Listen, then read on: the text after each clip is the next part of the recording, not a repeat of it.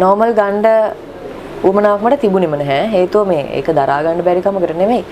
normal ගන්න ගිහිල්ලා වෙච්ච සිදුවීම් මම දැකලා තියෙනවා. අඬු දාගෙන ඇදලා ළමයින්ගේ ඔළුව ඇද වෙලා සමහරවිට අම්මට පුෂ් කරගන්න මේ ස්ට්‍රෙන්ත් එක නැහැ. ඊට පස්සේ යා සිහි නැති වෙලා ළමයාව හිර වෙලා පිකනිවල් පැටලිලා ඔය ප්‍රශ්න ගොඩාක් මම ගොඩාක් වෙලාවට YouTube එකේ ඔය ගොඩාක් දේවල් බලලා මම තීරණය කරා නෑ මම මගේ දරුවෝ ගන්නේ සීස කරලා. මොකද හරි සනීපෙට එයාට කිසි කරදරයක් නැතුව එයා එළියට එනවා.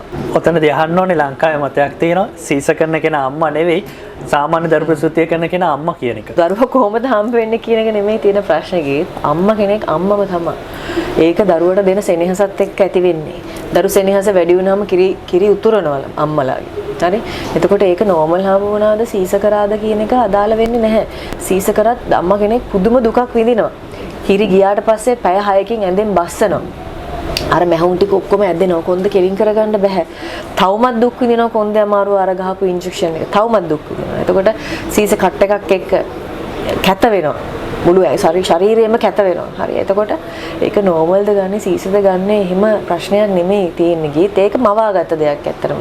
සීස කරන්න පුළුවන් නම් සල්ලි තියෙනවා නම් ගිහලා සීස කරන්න. ඒක කිසි ප්‍රශ්නයක් නෑ. දරුවා හරි නිදහසේ එළියට එනවා. දුකක් විඳින්නේ අරක තෙරපි ඒක දරන්න කැමති අය සමහර අය දැන් කාලේ මට නෑ ඒ දරු දුක දැනෙන්න මං ඒ වේදනාව ඌලන්ට නෑ දෙකම වේදනයි